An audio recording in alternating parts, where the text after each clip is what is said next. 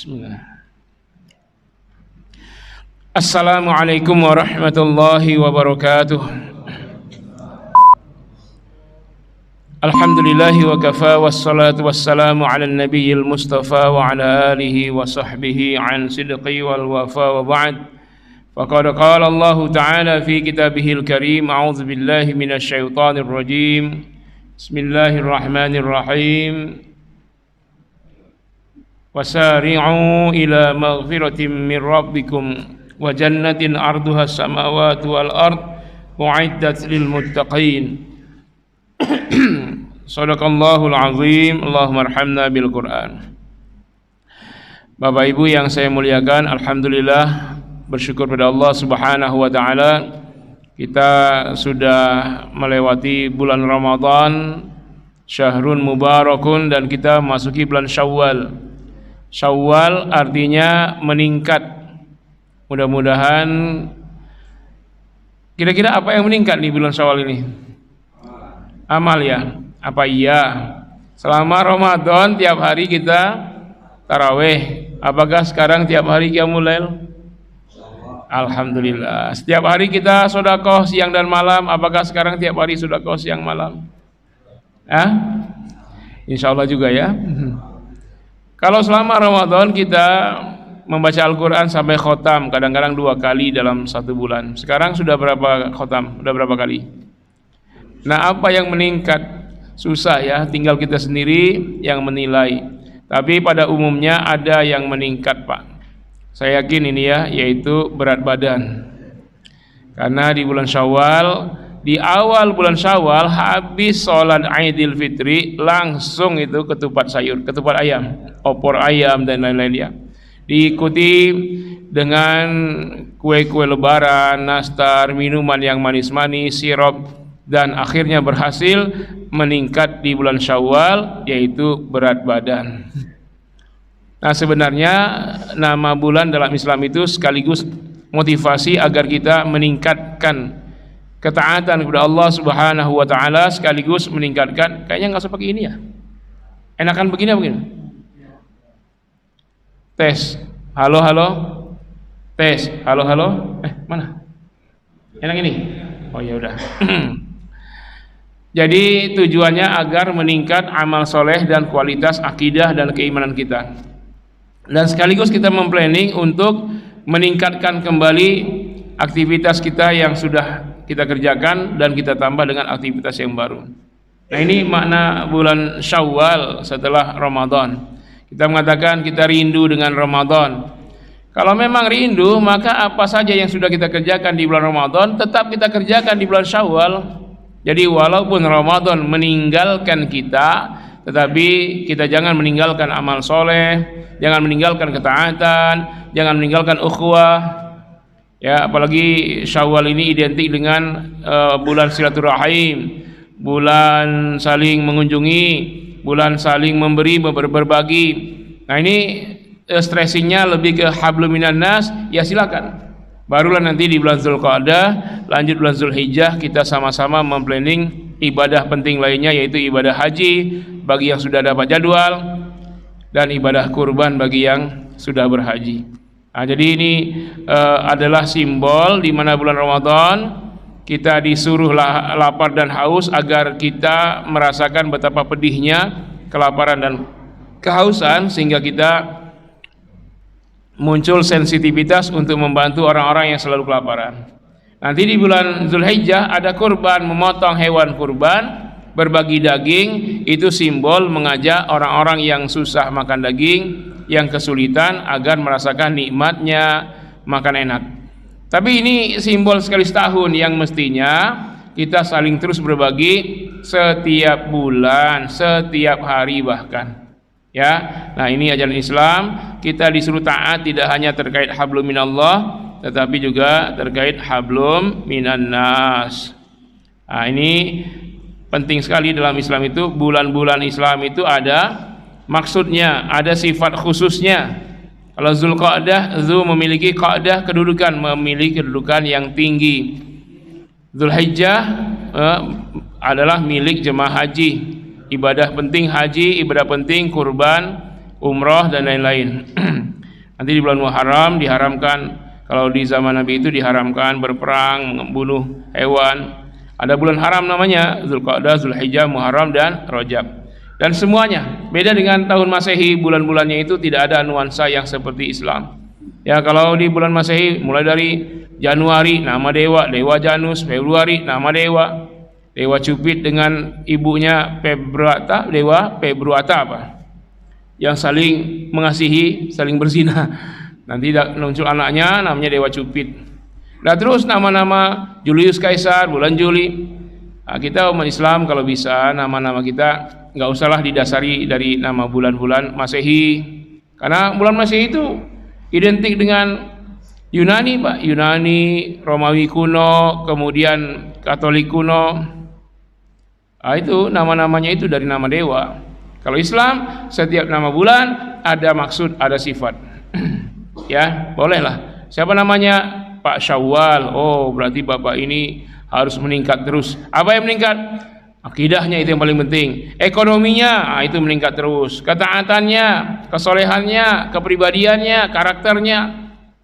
Namanya siapa? Ramadan. Pak siapa? Pak Romdoni. Ramadan artinya membakar habis dosa. Nah, Bapak ini selalu taubat, ini istighfar nih, bakar dosa. Nah, itu ya. Jadi kita tingkatkan, jangan hanya Syawal sekedar bulan silaturahim, halal bihalal. Ya silahkan, tapi kita tingkatkan lebih dari itu. Lebih dari itu, bulan ukhuwah Islamiyah, al-ukhuwah al-Islamiyah, saling memperhatikan saudara kita. Ukhuwah persaudaraan, memperhatikan siapa yang kekurangan, siapa yang sakit, siapa yang tidak mampu berobat, kita bantu.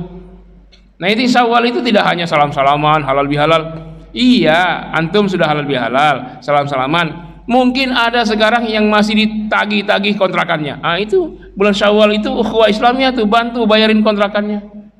Mungkin ada yang sedang terbaring di rumah sakit, belum sembuh juga, bantu. Ya, kunjungi, kemudian bayarkan obat rumah sakitnya. Nah, itu Syawal itu untuk itu, bulan ukhuwah al-Islamiyah. Nah, setelah itu kita lanjutkan tidak hanya Syawal, Zulqa'dah, Zulhijjah, bulan ukhuwah Islamiyah. Apalagi kita ini sudah terpecah lama. Dari 2014 sudah pecah dua, ada cebong, ada kampret. Ya kan, sebentar lagi juga akan tahun politik. Penting ini, jangan karena urusan politik, pilihan beda, kita ribut. Karena ibadah dalam furu'iyah, kunut tidak kunut, kita ribut. Nah, ini tingkatkan kesadaran ukhuwah Islamiyah kita ini. Ya, apalagi yang baru merayakan Lebaran, pulang mudik, ya saya yakin semuanya bergembira ya. Ya, kemudian pulang lagi ke sini. Tapi ada yang menjerit, Pak. Setelah pulang mudik, ada yang 10 hari, ada yang seminggu. Yang paling menjerit itu dompet. Isi dompet itu merintih dia, tipis. Kalau yang pulang mudik itu pasti itu. Tiket saja berapa kali lipat naiknya. Tapi yang tidak pulang mudik ya mungkin masih tebal, tapi ya, sepi. Di sini sepi, Pak. Saya tanya orang-orang yang tidak pulang mudik, sepi sekali katanya.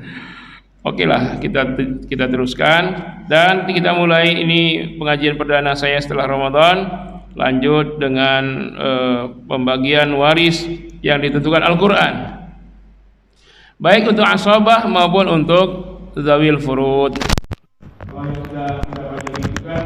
Awalnya pendahuluan, faraid, kemudian mengenal para ahli waris siapa saja. Lalu yang ketiga mengenal berapa bagian si A, si B, si C. Lalu yang ketiga, yang keempat, siapa yang menghalangi dan siapa yang dihalangi. Yang kelima, syarat-syarat bagian pasti. Lalu yang keenam, kita terakhir kalau saya tidak salah sebelum Ramadan, praktek penghitungan waris. Nah, sekarang ada fotokopi yang saya bagikan, itu surat An-Nisa ayat 11, ayat 12 dan ayat 176. Rincian bagian-bagian waris yang langsung Allah tetapkan bagi setiap mukmin.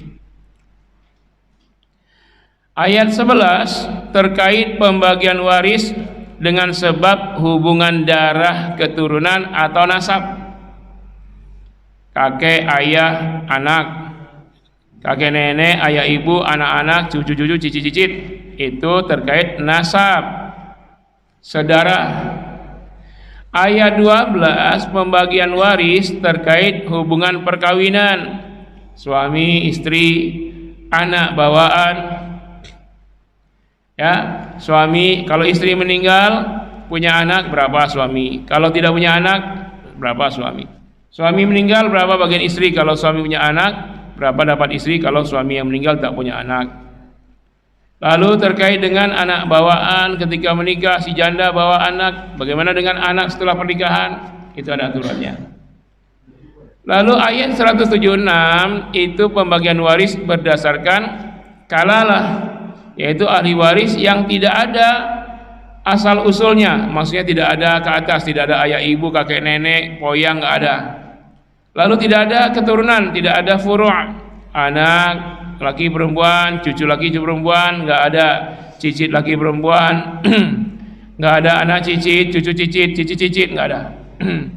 Yang ada hanya saudara, baik saudara kandung maupun saudara sebapa.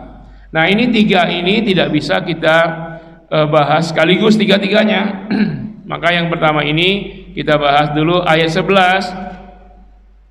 Saya tadi dapat fotokopian materi lama itu ya. Ternyata belum di staples. Akhirnya di staples buru-buru. Mungkin nanti ada yang kebolak-kebalik, nggak tahu saya itu. Antum ikutin saja berdasarkan ayat 11 urut-urutannya di Al-Quran. Karena antum semua hafiz Quran, jadi tahu tuh. Itu ayat itu satu ayat yang lebih dari setengah halaman. Nanti itu saya penggal-penggal itu. Bukan saya penggal-penggal ayat sengaja untuk dibaca, bukan, untuk ilmu. Jadi pembagian yang pertama saya penggal ayatnya, pembagian kedua semuanya itu ayat 11 pada bagian waris terkait hubungan darah. Nah, karena dia 3, 11, 12, 176 perincian dari Allah, maka kita bagi tiga kali pengajian. Jadi kalau 3 kali pengajian berarti setelah pengajian ini makalahnya dikumpul lagi.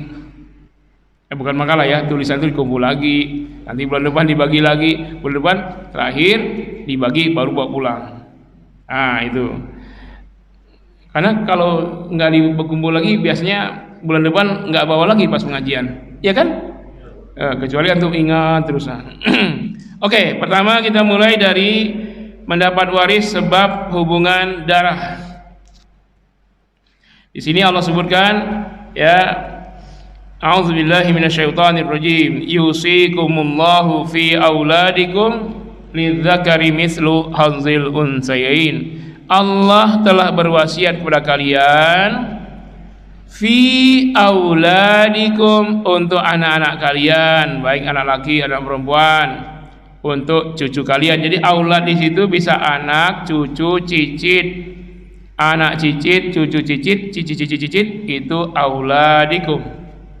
Untuk keturunan kalian, lidzakari mislu hadzil unsayain, untuk keturunan laki-laki setara hadzil unsayain, bagian 2 anak perempuan. Kita sering sebut perempuan setengah laki-laki. Istilah itu tidak benar, walaupun sama maksudnya, laki-laki 1 perempuan setengah. Bukan begitu bahasanya. Laki-laki 2 perempuan 1, bukan laki-laki 1 perempuan setengah. Walaupun kalau diukur matematikanya sama, tapi bahasa Al-Qurannya bukan begitu. Lidzakari mislu hadzil unsayain, untuk laki-laki, baik anak laki, cucu laki, cicit laki, mislu setara dengan hadzil unsayain, bagian 2 anak perempuan. Berarti laki-laki 2, perempuan 1. Nah, pembagian untuk anak-anak ini ketentuannya setelah dibagi dulu kepada ahli waris yang mendapat ketentuan pasti. Nah, kita ambil simulasinya dengan skema ya. Kalau kayaknya terlalu kecil ya tulisannya ya, kabur pula ya. Antum bisa aja dipoto Setelah dipoto nanti di handphonenya di zoom akan jadi jelas tuh. Jadi kalau dikatakan untuk anak-anak yang meninggal siapa? Orang tua kan?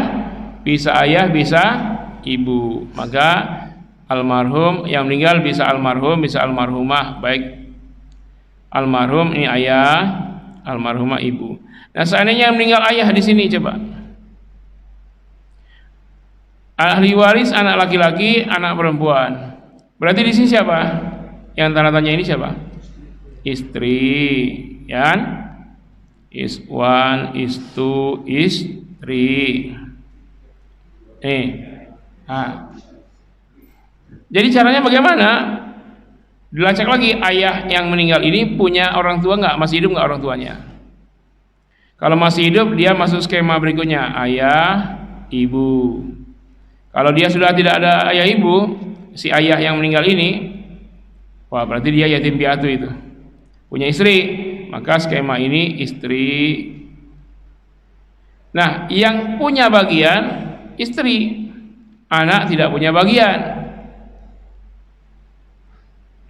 Berapa istri? Istri kalau kondisi begini, suami meninggal, ada anak, maka istri mendapat 1/8.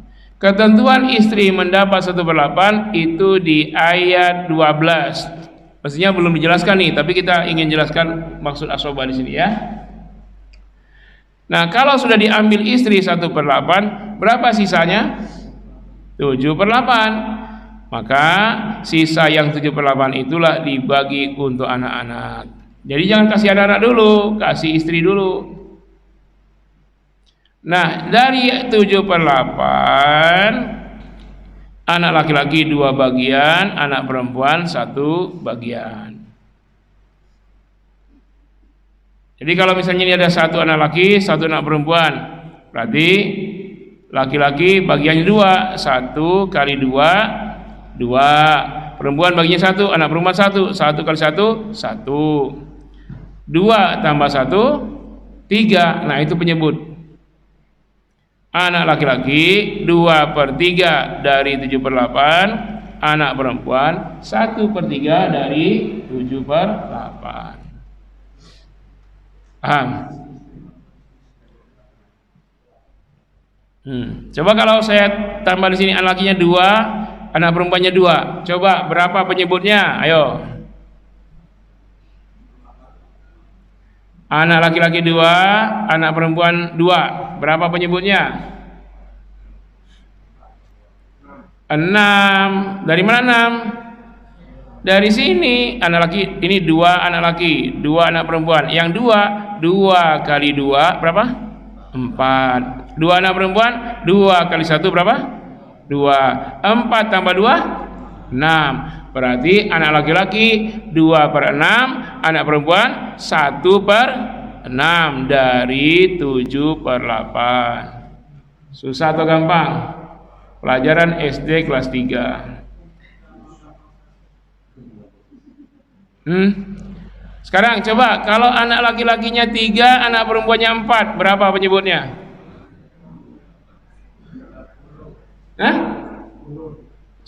Anak berapa? Laki 3 tadi ya? Ya 10. Dari mana 10? 3 kali 2, 6. 4 kali 1, 4. 6 tambah 4, berarti ada laki-laki berapa? 2/10. Anak perempuan 1/10. Gampang alias mudah. Yang susah itu kadang-kadang nunda-nunda pembagian waris itu. Ya, boleh tanya aja nggak apa-apa.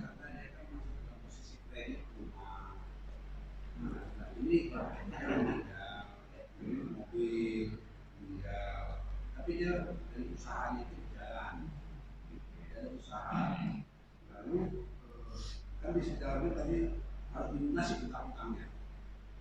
Apakah boleh anak itu tetap mengkredit rumah tadi karena anak itu minta usaha, tidak mengkredit rumah ini dalam mobil-mobil tetap jalan rumah. Masalahnya kredit itu sendiri bermasalah. Riba. Jadi riba itu tidak boleh dilanjutkan. Riba itu mesti di stop. Itu. Gimana caranya? Apa yang ada? Jual mobil, lunasin. Tapi tidak boleh melunasi bunganya. Hanya pokoknya saja. Jadi datangi pimpinan bank, Pak, saya nggak mau riba lagi, ayah saya sudah meninggal, saya mau selesaikan. Berapa pokoknya saja?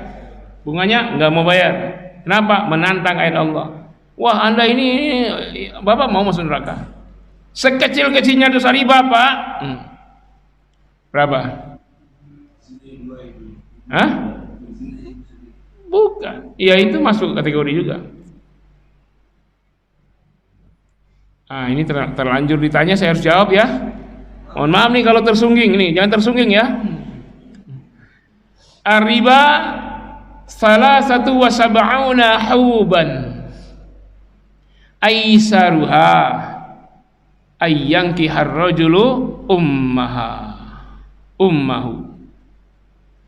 Sekali berbuat riba, dosa besarnya 73. Ini saya nggak cukup, ini 10 baru. 10, 20, 30, 40, 50, 60, 73. Aisaruha, yang paling ringan dari 73 itu seperti seorang anak memperkosa ibu kandungnya. Itu yang paling ringan dari dosa berat riba itu.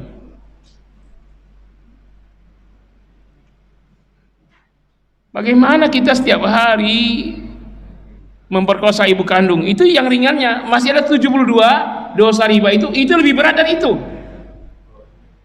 Berzina saja dirajam itu dengan orang lain, apalagi dengan ibu kandungnya. Horor pengajian ini, pokoknya horor. Ya, jadi nggak ada kita bicara waris dulu, bicara hentikan ribanya. Kata Allah dalam Al-Quran ayat riba itu, ya, alladzina ya'kuluna riba la yaqumuna illa kama yaqumul ladzina dzalika bilan qalu innamal bai'u mislu riba wa halallahu al-bai'a wa harrama riba faman apa tuh ayatnya? Barang siapa yang berhenti setelah datangnya informasi nasihat riba ini, maka kata Allah falahu ma qad salaf, semua ribanya masa lalu halal, wa amruhu ilallah, urusannya menjadi urusan Allah, enggak ada dosa. Siapa yang bertobat lalu dia berhenti dari riba, kata Allah semua ribanya masa lalu untuknya, dan semua dosanya menjadi urusan Allah, diampuni Allah. Tapi faman ada, siapa yang masih riba juga, masih juga riba, udah ada nasihat begini masih riba juga, faulaika ashabun nar hum fiha khalidun, mereka itulah penghuni neraka jahanam, kekal di dalamnya. Apa nunggu mati dulu? Nggak bisa, kalau mati nggak ada waktu tobat lagi, sudah masih hidup ini selesaikan. Terpaksa jual Pak, pokoknya lunaskan, ya, jual mobilnya, lunaskan rumahnya dari riba. Datang ke bank, minta, ini hukum Islam, tidak boleh membayar bunga riba, yang dibayar hanya pokoknya saja, ya, minta dilunaskan. Bank itu pasti mau, karena dia daripada uangnya tidak kembali, mendingan pokoknya balik, itu bank itu. Nah, setelah itu jangan lagi berinteraksi dengan riba, ya. Masih juga orang-orang pengajian kadang-kadang, ya, di mana Pak rekeningnya? Di Abang ABC, di Abang Tidak Mandiri, padahal bank syariah udah banyak. Bank syariah kita lihat akadnya. Kalau akadnya wadiah boleh. Kalau mudharabah ini agak subhan. Kenapa? Kita kan nyimpan uang, akad kita nyimpan, tahu-tahu diputar sama dia. Tapi kalau kita terzalimi, yang dosa dia. Kan kita akad kita nyimpan, dia yang menyelewengkan kok, dia pakai jadi modal. Tapi kalau mau akad yang syar'i bersih itu wadi'ah, nitip doang, tidak ada penambahan pengurangan setiap bulan. Segitulah, nggak ada pengurangan, nggak ada penambahan. Wadi'ah. Tapi biasanya bank-bank tidak mengiklankan wadi'ah karena bagi dia nggak untung, walaupun bank syariah. Ya mudharabah aja, mudharabah. syirkah, mudharabah. Tapi ada itu wadiah itu, masuk aja ke situ. Kalau nggak wadiah, saya tarik semua dana saya. Ya, tapi yang wadiah ini jarang dikampanyekan nama mereka. Itu curang juga itu. Ya, jadi Pak, setelah dilunaskan berapa baru jadi waris. Ya, hah? Kalau minus, masa minus? Selama kan udah bayar. Kalau minus nggak ada lagi sisanya, ya dijual aja itu. Nah, uangnya itu dibagi waris. Nggak berkah juga itu. Ya.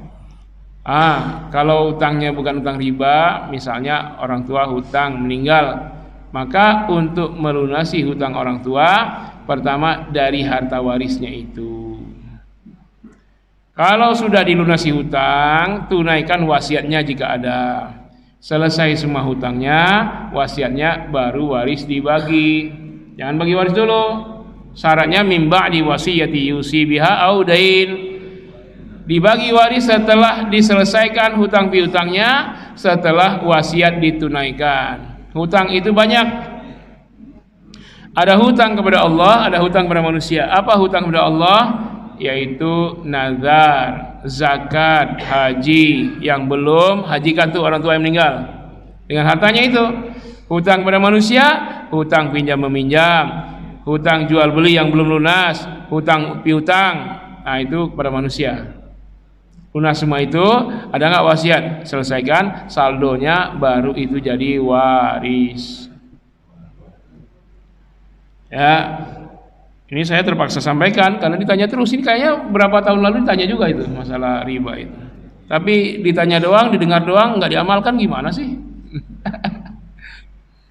Kita ini hancur ekonomi kita gara-gara riba, Pak. Ya, hancur kita. Umat Islamnya yang hancur. Tapi yang Cino-Cino itu dia sukses. Ya kan? Coba Bapak 1 miliar, 2 miliar, 3 miliar, 1 triliun, 2 triliun, 3 triliun, 4 triliun. Simpan tuh di Abang ABC. Nanti jadi itu semua, Citraland, Citraword, ya, Hotel Ciputra, ini semua tinggi-tinggi semua, Citraword 1. Itu dari mana? Dari duit Bapak. Dia yang manfaatkan jadi itu semua. Mereka nol, nggak ada modal. Kita aja masukin, wah bangga, lihat saldo, lihat saldo, lihat saldo. Jadi semua itu, nanti dia bikin jalan tol. Bapak pulang mudik, siapa yang bayar tol? Kita yang modalin kok, kita yang bayar.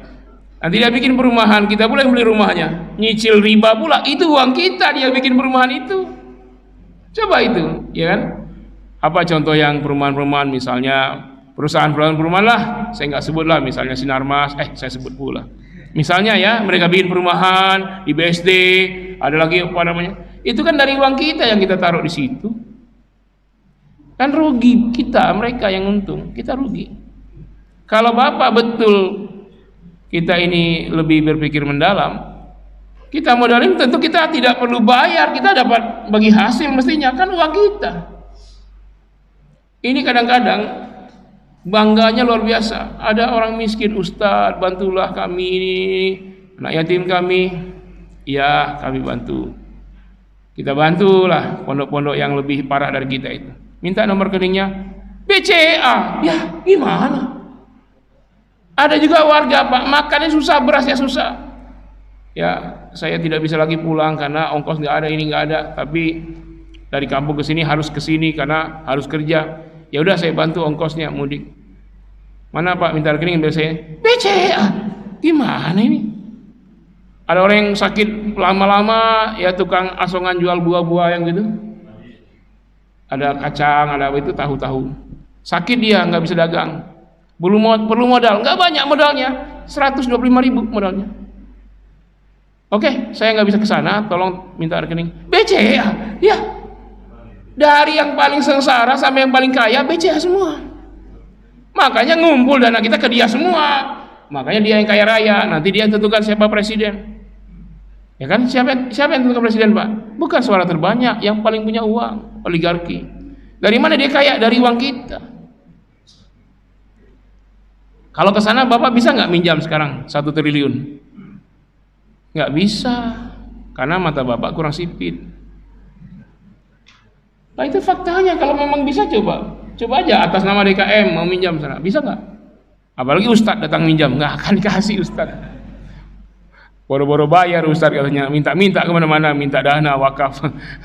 Nah ini kan, ini ekonomi kita rusak, hancur umat Islam gara-gara kita riba. Makanya yang paling baik masjid-masjid tertata dengan rapi, maka di masjid itulah dibikin baitul mal.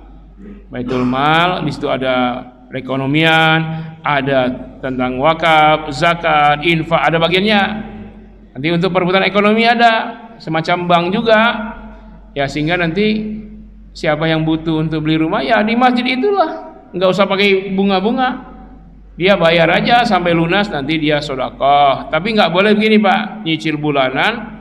Misalnya nyicilnya 5 juta. Saya bayar tiap bulan 5.500.000 ya. Karena saya minjam 100 juta, setiap bulan saya bayar 5 juta. Tapi saya tambah 500 sebagai infak saya. Nggak boleh, itu haram. Itu riba ya. Kalau nggak disyaratkan, nggak ada ungkapan itu, kita minjam 100 juta, nyicil 5 juta tiap bulan. Lalu tiap bulan kita bersedekah, urusan kita nggak ada masalah. Tapi kalau diakadkan di awal itu riba. Jadi namanya pinjam meminjam dalam Islam yang murni pinjam meminjam. Ada lebih 1 rupiah saja udah riba. Karena akadnya pinjam meminjam. Kalau mau ada lebihnya akad syirkah mudharabah. Kerjasama modal. Kita kasih, tapi ingat bagi hasil, bagi rugi. Nah itu bank syariah sekarang tidak mau bagi rugi, bagi hasil aja dia, bagi rugi nggak mau. Jadi syariahnya baru setengah itu. Ini jadi dalam hal waris mestinya yang menjadi waris hanya harta halal, harta haram, harta riba tidak jadi waris. Jadi apa dia? Jadi penambal jalan rusak di Lampung. Panjang tuh sampai mobil presiden nggak bisa jalan tuh, boleh itu, tapi itu bukan solusi ya, jangan dianggap itu berpahala ya. Uang riba diapain untuk itu? Tetap saja tidak ada pahalanya. Jangan berkata Anda kalau ada harta riba dijadikan jalan jadi berpahala, tidak, nggak ada amal jariahnya. Harta riba itu tidak ada faedahnya dalam Islam. Tapi kalau kita tidak ambil bunga banknya itu dipakai orang untuk zoliman, maka dipakailah untuk bikin WC umum, bikin bak sampah, bikin tempat pembuangan sampah. Itu lebih tepat untuk bunga-bunga uang riba ya terkait dengan bersih-bersih lah, tempat sampah, tempat penampungan, mobil sampah, mobil yang sampah-sampah dah, itu lebih tepatnya itu. Kasar sekali Ustaz. Bukan kasar, memang nggak ada faedahnya. Bagaimana coba? Hancurnya kita ini umat Islam gara-gara itulah. Ya, karena yang kedua karena umat Islamnya pelit-pelit, bakhil-bakhil. Kenapa saya katakan umat Islam bakhil? Coba saya mau tanya. Seorang yang meletakkan uangnya 100 juta di Bank Mandiri atau Bank BCA, itu dia sudah dengan sukarela, seolah-olah dia berkata, wahai Abang ABC, wahai Abang Mandiri, ini uang saya 100 juta, pakailah. Coba kalau datang Ustadz, Pak saya minjam 100 juta untuk pembangunan pondok yang terbengkalai sekarang karena habis biaya, dia kasih tidak? Ustadz mau pinjam untuk bikin pesantren, dia tidak kasih. Itu yang dia tidak kenal, pemiliknya kafir, dia tidak pernah minta, dipinjamin. Akadnya nyimpan. Kan kita dibikin hoak. Hoaknya apa? Kita nyimpan. Emang dia simpan di bawah bantal uang kita? Enggak. Jadi itu gedung-gedung tinggi semua itu milik dia. Di Subroto, di Sudirman. Jadi kan sukarela kita minjamin, ya kan? Apalagi yang punya 1 miliar, 1 triliun. Datang Ustaz, Pak minjam 1 miliar Pak buat rumah tahfiz anak yatim. Kasih nggak Pak? Tapi kenapa antum tega memberi sukarela kepada mereka? Makanya dahsyatnya, ngerinya riba itu bukan hanya dosa besarnya, tapi ekonomi Islam ini hancur. Islam melarang kita menyimpan uang. Jadi uang itu tidak boleh simpan karena menyimpan uang itu mematikan manfaat, hukumnya haram. Dia menjadi halal kalau dikeluarkan zakatnya. Pertama itu. Yang kedua, penyimpannya bukan tempat haram, tapi halal. Itu yang sah itu. Kami boro-boro nyimpan Ustadz, ini aja kredit belum lunas. Ya itulah makanya gara-gara riba itu nggak pernah. Orang riba itu Pak, dia tidak berani sedekah Pak. Kurang dalam otaknya. Kenapa? Rezeki itu matematika. Sementara dari Allah rumus rezeki itu unlimited. Rumus rezeki dari Allah itu bukan matematika, tapi min haitsu la yahtasib, tidak ada rumus matematikanya. Nggak usah dalam bentuk uang, dalam bentuk materi yang ada di kita saja yang telah Allah beri padahal kita nggak minta. Otak, berapa harga otak?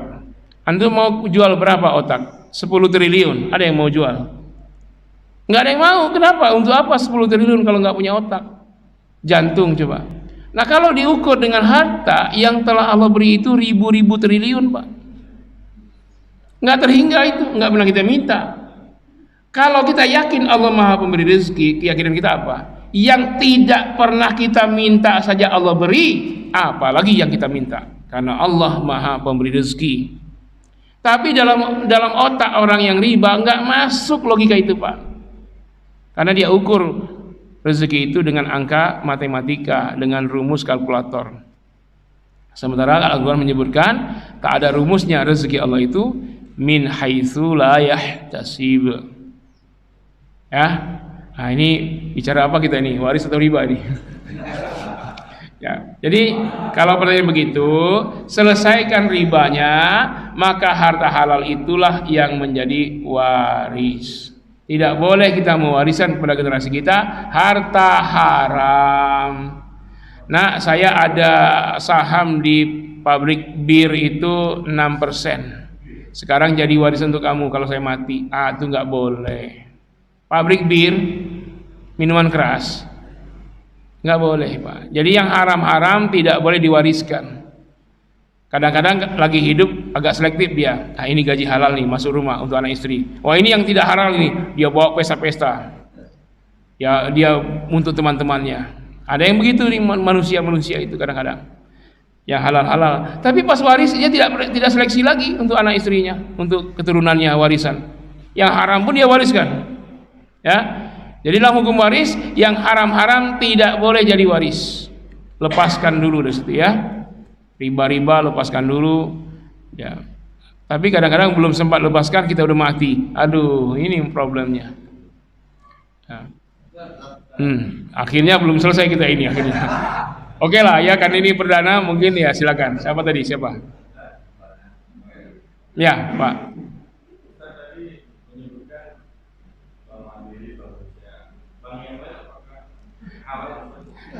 Saya kan sebut inisial tadi Pak, abang bukan. Nanti saya dituntut sama mereka. Abang ABC.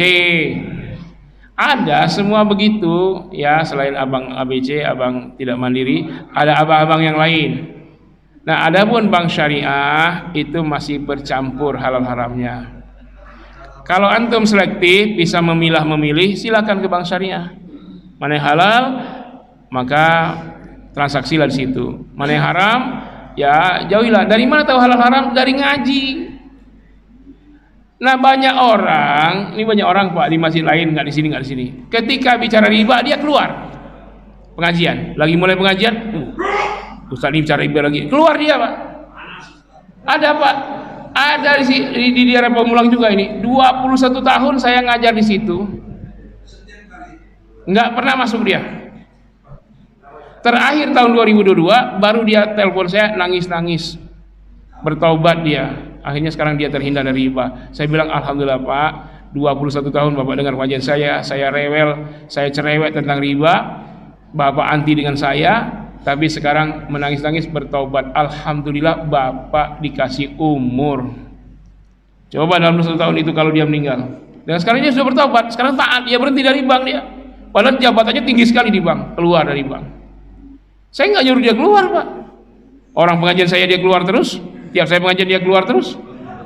Bahkan belum sempat salat berjamaah dia udah balik lagi, dia sudah masuk masjid. Tapi untung Allah kasih dia umur sampai 22 tahun ini masih hidup sekarang, masih sehat walafiat. Ada juga tuh jemaah di Menara Mulia, kan tiap Senin saya ceramah di situ, sama itu. Setelah dia lepas dari riba, baru terasa kan gaji tinggi pak. Gaji dia gedungnya Menara Mulia, tapi perusahaannya ConocoPhillips. Tapi dulu ya, sekarang ConocoPhillips udah pindah di Ratu Prabu 2. Sebelum pindah itu di Menara Mulia. Sama kayak gitu juga, gaji tinggi kok nggak pernah sisa tiap bulan, banyak utang. Saya tanya ada riba nggak? Ada. Nah saya bilang selesaikan pak. Benar pak, sudah berapa puluh tahun dia nggak ada saldo, gaji besar. ConocoPhillips itu kan perusahaan minyak ya. Masih ada nggak itu ConocoPhillips? Nah setelah dia tinggalkan riba, baru dia bersaldo. Baru sekarang dia kaya, baru dia bisa naik hajikan ayah ibunya. Selama ini gaji tinggi nggak bisa menghajikan ayah ibunya. Padahal gaji tinggi besar, perusahaan minyak. ConocoPhillips itu Amerika. Conoco. Sekarang pindah di Ratu Prabu 2. Cilandak. Sebelumnya Menara Mulia. Tiap Senin saya isi kajian di situ. Setiap saya mau, kadang-kadang kalau ada saya berjamaah, dia keluar duluan sebelum sholat berjamaah zuhur, nggak mau berjamaah dengan saya karena saya imamnya. Padahal saya melawan riba, masa tidak mau berjamaah dengan saya? Nah itu ya. Tapi itulah hidayah, alhamdulillah, walaupun dalam 20 tahun lebih ada. Ya itu yang penting kita kalau berdakwah itu nggak usah bosan, terus aja, nggak usah. Oh nanti dia tersinggung, mendingan tersinggung di dunia daripada di akhirat bermasalah. Ya silakan Pak. Apakah Allah menerima sedekah atau harta yang didapat dari orang? Gimana dari? Allah menerima pahala atau menerima Allah menerima sedekah atau infak atau apapun itu dari perusahaan riba atau dari perusahaan riba, dari hasil riba. Ya.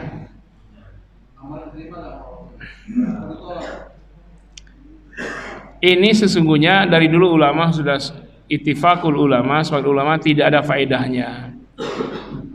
Cuman terjadi masalah ketika banyak negara atau individu yang tidak mengambil bunga banknya itu, lalu dipakailah untuk hal lain.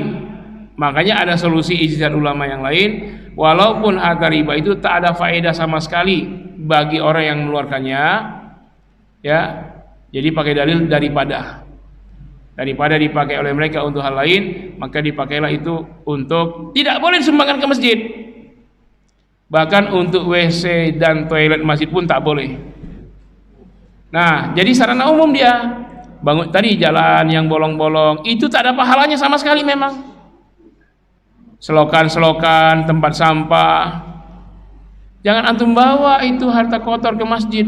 Kadang-kadang orang begini Pak, giliran harta bersih ini untuk keluarga-keluarga. Ini agak-agaknya harta kurang benar ini. Sumbang masjid. Salah kaprah dia. Yang kotor-kotor untuk masjid. Padahal masjid tempat suci, rumah Allah. Harta kita yang paling bersih itulah yang kita sumbang buat masjid. Ini kadang-kadang orang terbalik pemikirannya ya. Ini gaji bersih untuk anak keluarga. Ini nggak jelas ini sumbang masjid. Dianggap masjid ini pembersih harta apa? Padahal ini rumah Allah. Apalagi dari riba. Di ayat 278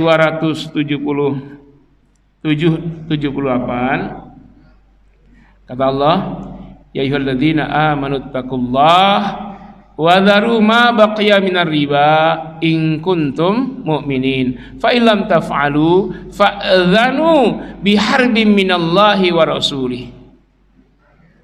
Hai orang beriman, takutlah kamu kepada Allah dan tinggalkanlah sisa riba sekecil-kecilnya. Renyah-renyah riba itu tinggalkan. Wa dharu ma baqiya minar riba in kuntum mu'minin, jika kalian benar-benar beriman. Fa illam taf'alu, kalau tak kau tinggalkan riba, sisa renyah-renyah riba itu, fa'dhanu biharbin minallahi wa rasulih, umumkan perang kepada Allah dan Rasul. Perang lawan Rusia aja nggak kuat, umumkan perang kepada Allah dan Rasul.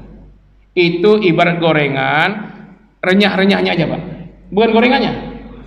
renyahnya itu masih dipakai, remah-remahnya itu masih dipakai, masih dimakan, perang berdaulat dan Rasul, apalagi intinya, apalagi gorengannya itu. Ayo yang kerja di bank, ayo hati-hati ya Pak ya.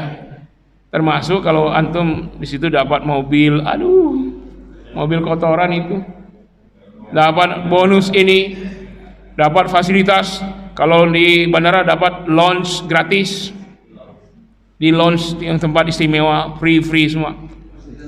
Itu haram semua Pak. Biasanya kalau pengajian begini yang kerja di bank keluar dia dari masjid.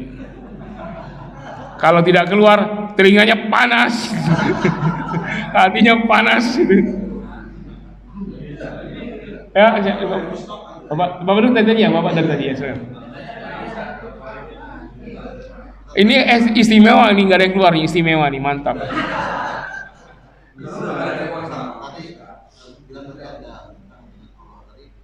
Hutang dengan Allah. Haji.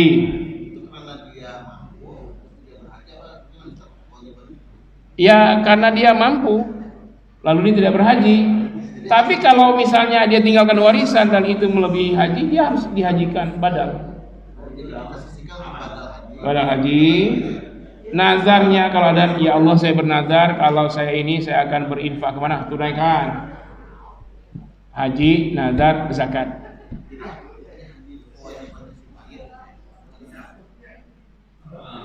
Jadi setiap orang, mau dia mampu mau tidak mampu, pasti di hatinya ingin haji. Ada nggak ada mukmin yang tidak mau haji? Bisa kafir dia.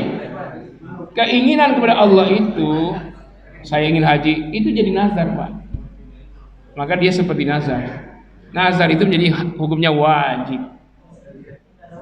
Walaupun dia tidak mampu, padahal tidak mampu. Tapi ketika dia meninggalkan sebuah rumah dan rumah kalau dijual itu melebihi haji, bahkan kalau badal haji lebih murah kan. Badalkanlah haji 60 juta misalnya, badalnya cuma 6 juta, ya kan? Jadi yang membadalkan siapa? Yang paling afdal anaknya yang sudah haji. Kalau belum haji nggak boleh. Boleh orang lain yang sudah haji, diwakilkan. Akadnya akad wakalah, diwakilkan haji. Ada. Ya, Bapak.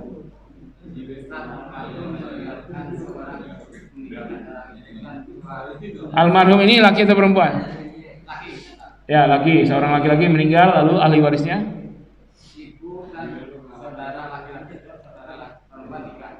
Ibu, saudara laki 3, saudara perempuan 1.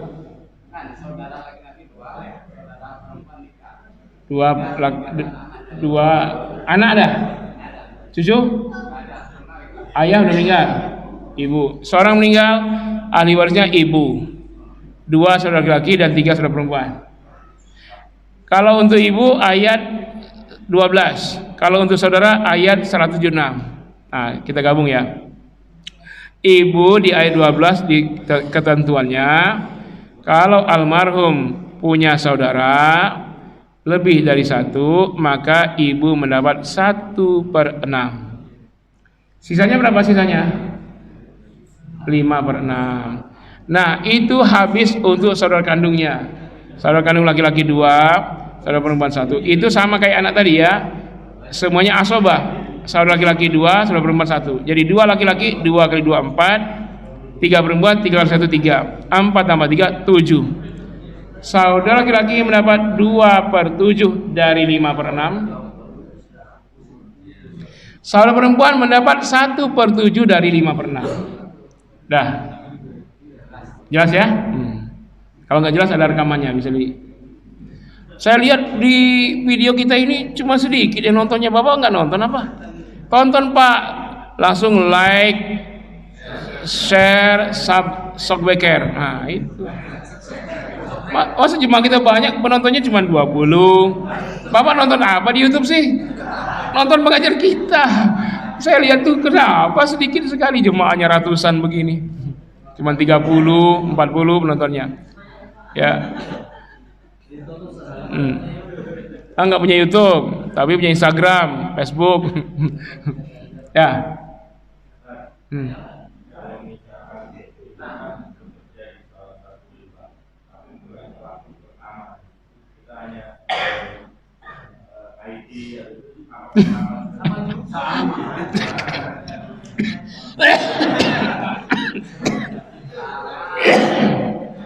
Ya, yang terlibat dalam riba itu yang pertama yang bertransaksi. Tuh, yang meminjam dan yang meminjamkan. Satu. Dua itu. Kemudian wakatibuhu yang menuliskannya termasuk ahli-ahli IT. Kemudian yang mewakilinya, yang menjadi saksinya. Jadi saksi. Kalau kita lihat di sebuah bank yang tidak termasuk di situ cuman security sama cleaning service. Sama tukang parkir. Itulah yang halal di situ. Security. Tapi kadang-kadang security ditugasin juga ya untuk ngasihkan itu supaya dia tulis. Kena lagi tuh security. Hah? Iya kan dia tuliskan tanggalnya, dia kasih itunya. Kena juga dia. Tapi kalau dia cuma ngamanin, mana ini perampok, itu nggak kena dia. Atau tukang parkir, itu kalau tukang parkir nggak pernah disuruh itu, masih halal tuh tukang parkir itu. Kalau cleaning service, disuruh nggak, nah masih halal. Untungnya Al-Quran hadis Nabi nggak sebut gajinya. Jadi kalau mau halal di bank, melamarlah menjadi OB atau tukang parkir, itulah yang halalnya. Tapi ulama-ulama sekarang sudah mulai Pak pendapat nyeleneh bahwa bunga bank bukan riba. Udah banyak pendapat sekarang. Tapi kalau ulama salaf dan ulama sebelum tahun 70-an nggak ada yang beda semuanya. Padahal tahun 70-an belum ada bank syariah tuh. Para ulama aja udah berpendapat semuanya haram. Sekarang malah ada bank syariah, malah ada yang membolehkan bunga bank. Ya wallahu alam lah. Karena ulama-ulama harusnya dia pakai pendapat lama karena dia ulama. Yang pendapat baru mestinya ubaru. Tapi dia mau disebut ulama padahal dia pendapat baru.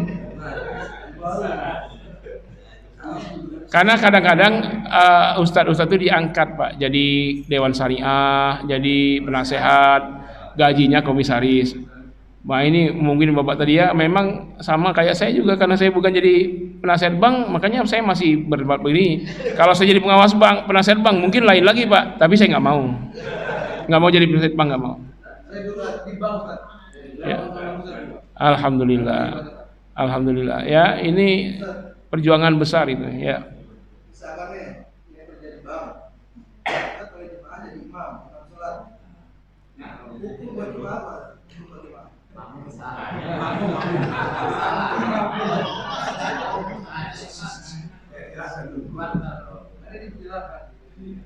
Itu ijtihad masing-masing.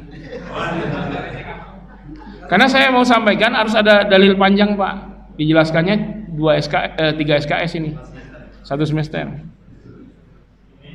Karena kalau dijelaskan langsung saya takut saya serampangan menjelaskan.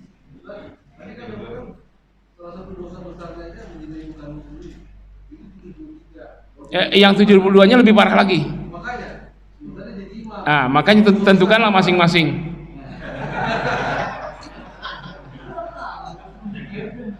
Kadang-kadang ustaz-ustaz ini atau MUI atau Bahsul Masail atau Tarjih Muhammadiyah itu tidak sampai sejauh itu membicarakannya. Sementara individu ustaz itu jarang yang levelnya mujtahid. Makanya dia tidak boleh menetapkan hukum tanpa, kalau dia mujtahid, memenuhi syarat mujtahid, boleh dia sendiri. Tapi karena dia tidak ada mujtahid sekarang ini, maka dia harus berkelompok seperti Bahsul Masail atau Majelis Tarjih. Nah, karena itu saya bilang individulah yang berpikir. Antum berdasarkan dalil yang didengar dan logika yang sehat, ya tentukanlah. Karena Allah sebutkan dengan jelas ayat muhkam, mereka perang dengan Allah dan Rasul. Itu hanya renyah-renyah riba, apalagi pokoknya. Dan memang banyak terkendala misalnya pembangunan masjid dan lain-lain itu karena orang-orang yang diharapkan sumbangan itu bukan pelit Pak, tapi karena banyak hitungan matematikanya. Ini kredit ini belum, kredit ini. Coba yang nggak ada kredit, gampang aja dia. Tiap bulan gajian udah 50% tuh buat masjid. Mudah banget dia. Tapi karena kredit A, kredit B, sampai Z kreditnya, maka dia nggak jadi sumbangan, dia nggak jadi dermawan, dia jadi pelit dia.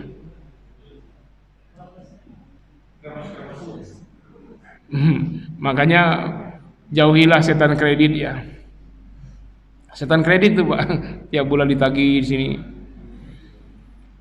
Jangankan hutang haram, riba, hutang halal saja lalu kita mati, Nabi tidak menyolatkan orang mati berhutang. Dan sebab utama di azab kubur adalah hutang. Hutang halal nih, bukan hutang haram ya, hutang halal. Bagaimana hutang riba? Datang jenazah, bukan jenazah datang ya, diangkat orang jenazah. Ya Rasul, tolong sholatkan. Apa dia punya hutang? Enggak. Sholat, Nabi imamnya. Kalau Nabi jadi imam, itu jadi syafaat. Yang disolatin, insya Allah jadi ahlu surga. Datang yang kedua, punya hutang enggak? Punya. Ada harta warisnya untuk bayar hutang? Ada. Nabi sholatin. Jenazah ketiga, tolong sholatin Rasul. Ada hutang? Ada. Ada hartanya untuk bayar? Enggak ada. Orang boro-boro punya harta waris, dia enggak punya apa-apa. Rasul menanya keluarganya, siapa yang menjamin mengambil alih hutang dari almarhum ini? Anaknya angkat, ya saya Rasul, sekarang saya ya yang berhutang. Jadi almarhum nggak berhutang lagi. Ditemukan sama yang punya, yang piutang, yang punya uang. Sekarang hutangnya sudah tidak ada. Yang berhutang sekarang anaknya, maka disolatin.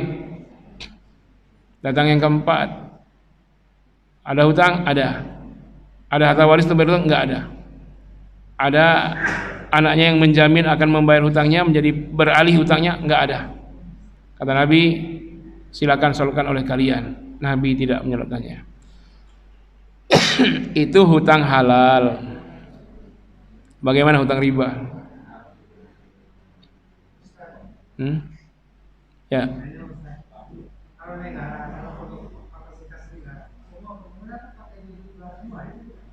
Semua negara pakai? Oh iya, utang-utang.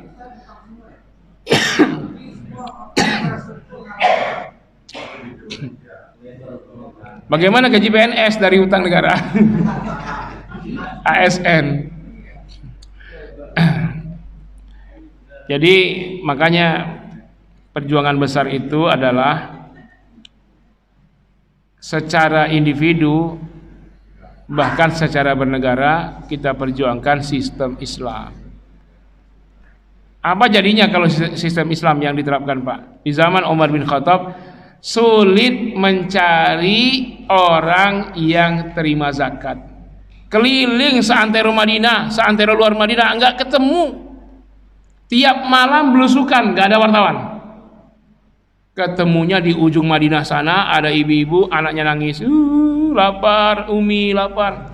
Entar nak mateng, entar lagi mateng. Sampai didengar lama, sampai anak nangis ketiduran. Lalu Umar pura-pura jadi musafir, mohon izin kami ke dalam, dingin sekali di luar, kami musafir. Silakan kata ibu. Lalu Umar berkata, tadi anaknya nangis terus kelaparan, ibu masak apa sih? Sabar nak, entar lagi mateng, sampai anak ketiduran. Apa ibu masak? Lihat sendiri kata ibu itu. Dilihat batu. Ibu telah membohongi anak ibu ya. Ibu zalim kepada anak ibu. Bohong, masak batu, bilang sebentar lagi matang. Ya enggak matang-matang lah batu. Iya kata dia, saya zalim. Tapi Khalifah Umar bin Khattab itu lebih zalim daripada saya. Dia enak-enak tidur nyenyak, enak-enak makan enak, istananya megah. Dulu orang nggak, nama khalifah tahu nama tapi nggak tahu wajah. Karena dulu nggak ada video call, nggak ada WhatsApp, nggak ada. Tahu nama aja nama. Padahal itu Umar kejam, zolim. Oh begitu ya bu, tunggu sebentar ya, pamit. Langsung beliau memacu kudanya masuk ke kota Madinah sekencang-kencangnya sambil berderai air matanya tumpah Pak. Padahal programnya itu sudah semuanya makmur. Kalau keluar dari Baitul Mal kaum muslimin 4 truk bantuan sosial, misalnya isinya gandum, sapi, paha onta, paha sapi yang sudah diawetkan, itu nanti akan kembali ke Baitul Mal itu 10 truk berisi penuh. Nggak ada yang mau, Pak. Saya nggak berhak terima zakat, saya kaya. Itu sistem Islam dipakai. Contoh, kata Nabi, hum al-muslimun syurakaun fil ma'i wal kala'i wan nar. Rakyat, mereka rakyat kaum muslimin, pemilik bersama atas air. Apa tuh? Laut, sungai, danau, rawa, dan seluruh kekayaan yang ada di dalamnya itu milik rakyat. Wal kala, dan daratan, maksudnya batu bara, pertambangan di daratan, emas, perak, milik rakyat. Wanar, dan api maksudnya BBM, gas, batu bara, solar, premium, milik rakyat. Coba itu kalau diberikan kepada rakyat, makmur nggak Indonesia ini?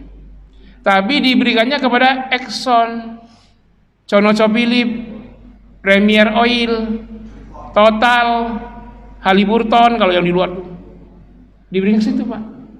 Kalau di Tembagapura, Freeport, Tembagapura, pura-pura tembaga, emas semua, lebih dari itu ada plutonium, ada uranium, bukan rakyat. Jadi kalau pakai sistem Islam, Papua itu paling kaya rakyatnya. Orang gunung emas sampai jadi 2 kawah lebar itu kan milik mereka. Nah, kalau sistem Islam itu yang terjadi. Lalu ada yang menerima zakat? Enggak ada. Orang kita aja, gas kita di blok Natuna itu terbesar di Asia. 1 blok aja, belum lagi blok Cepu, Arun, kan? Nah, kalau sistem Islam nggak perlu pakai pajak, karena nggak perlu pajak, nggak perlu ngutang-ngutang. Dengan kekayaan alam kita aja udah kaya-kaya kita. Sekarang ibu-ibu mau gas aja susah, ngantri, harga tinggi, katanya disubsidi. Emang ada subsidi? Dalam Islam nggak ada subsidi, Pak, karena milik rakyat. Bagaimana rakyat mensubsidi diri sendiri? Nah, kan dalam Islam, makanya kalau pemimpin yang adil mau cara Islam lah, nggak sulit hidup kita ini. Nggak ada pajak, Pak. Islam tuh nggak ada pajak, ya ada zakat. Siapa yang kena pajak? Non Muslim. Jangan sebut kafir, non Muslim. Kenapa non Muslim dipajakin? Karena dia tidak bayar zakat. Dan itu ramah, nggak mencekek, masuk pajak sampai 10%.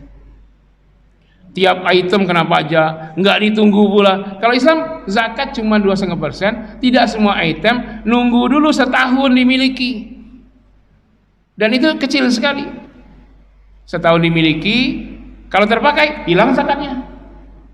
Dan itu jelas-jelas yang kaya itu kena zakat itu, yang hartanya melebihi nisab, tersimpan 85 gram, setara 85 gram emas atau lebih, tersimpan. Kalau terpakai enggak zakat. Begitu ramahnya Islam terhadap rakyat. Nah, ini sekarang kita kebutuhan kita akhirnya terpaksa jual rumah. Kita butuh, jatuh miskin, jual rumah dipajakin. Ya kan? Ada orang cacat, dia tidak punya uang, dia kumpul-kumpul, akhirnya dia beli kursi roda. Ada pajaknya enggak? Padahal dia sakit. Ada orang sakit, butuh obat, berupaya dia beli obat, ada pajaknya enggak? Padahal dia sakit, beli obat, kena pajak. Enggak ditunggu setahun itu, per item, per transaksi. Masya Allah. Nah, mau enggak sistem Islam? Ya ini harus disosialisasikan ya. Kalau antum calon legislatif, ini kan udah mau pilek-pilek ini. Ya, banyak yang pilek gara-gara banyak dananya keluar. Itu misinya ke situ. Kalau antum cuma mau jadi tenar lalu petantang-petenteng jadi anggota dewan itu haram. Tapi kalau antum perjuangkan sistem bukan pribadi, boleh. Tapi kebanyakan apa yang terjadi? buktinya dia untuk pribadi. Dia kasih modal dulu, dia keluarin habis-habisan, sudah jadi cari kembalian, bahkan cari untung. Entah halal entah haram nggak tahu. Makanya kita tidak bisa berharap dengan anggota dewan yang membuat hukum. Bagaimana dia mau buat hukum sesuai syariat Islam? Kalau diterapkan dia duluan yang kena. Koruptor misalnya, apa hukum Islam koruptor, Pak? Dibebaskan. Bukan hukum mati. Koruptor dibebaskan setelah dipotong tangan dan kaki secara silang. Tangan kanan, kaki kiri, bebas. Nggak mau itu, tangan kiri, kaki kanan, baru bebas tuh. Nggak masuk penjara. Koruptor nggak masuk penjara. Koruptor nggak dihukum mati, nggak. Cuman kembalikan semua korupsinya, lalu potong tangan kaki secara silang. Nggak dimatiin koruptor. Aman nggak tuh kalau hukum diterapkan? Ada yang mau korupsi uang rakyat? Bansos dikorupsi. Cuman itulah sistem kita, tidak mungkin diterapkan oleh mereka yang telah melanggarnya lebih dahulu. Pencuri potong tangan misalnya, DPR mau tetapkan itu, mereka duluan kena, karena mereka lebih dahsyat dari pencuri. Kalau pencuri, orang miskin mencuri harta orang kaya, koruptor pencuri harta rakyat, lebih parah dari pencuri itu. Makanya mustahil kita berharap kalau mereka sudah keluar modal lebih dahulu. Makanya kalau antum caleg, nggak usah keluar modal, satu spanduk pun, satu brosur pun jangan keluarkan. Karena kita ingin berdakwah, kita berjuang, bukan kita ingin cari kekayaan. Tapi kalau begitu kira-kira antum terpilih nggak? Itulah. Sekarang aja nyari cawapres, cari yang paling kaya kan untuk modal. Nah, sistemnya itu memang harus kita, dari anak-anak kita, mungkin zaman kita susah, zaman anak kita mudah-mudahan dipakai sistem syariat Islam. Jangan anti dulu, Pak. Kalau orang anti dengan syariat Islam itu karena dia belum tahu, belum belajar. Kenapa kita takut dengan pencuri potong tangan? Kita nggak pencuri? Kenapa bapak-bapak harus takut penzina dirajam? Tahu dirajam? Ditanam secara berdiri, disisain kepalanya, nanti orang lewat lemparin kepalanya sampai mati, pecah. Ada yang tidak setuju dengan hukum itu? Mungkin dia pelakunya. Yang takut dengan hukum potong tangan, yang takut dengan pencuri dirajam, yang takut dengan pembunuh dikisos, itu pelakunya. Lah kita bukan pelakunya, kenapa takut? Kita bukan pembunuh, kita bukan penzina, kita bukan pencuri. Ya kan? Bagaimana membela HAM pencuri, HAM pembunuh, HAM penzina dibela? Lah HAM orang yang dibunuh bagaimana? HAM harta orang yang dicuri bagaimana? HAM istri yang dikhianati karena suaminya selingkuh gimana? Ayo.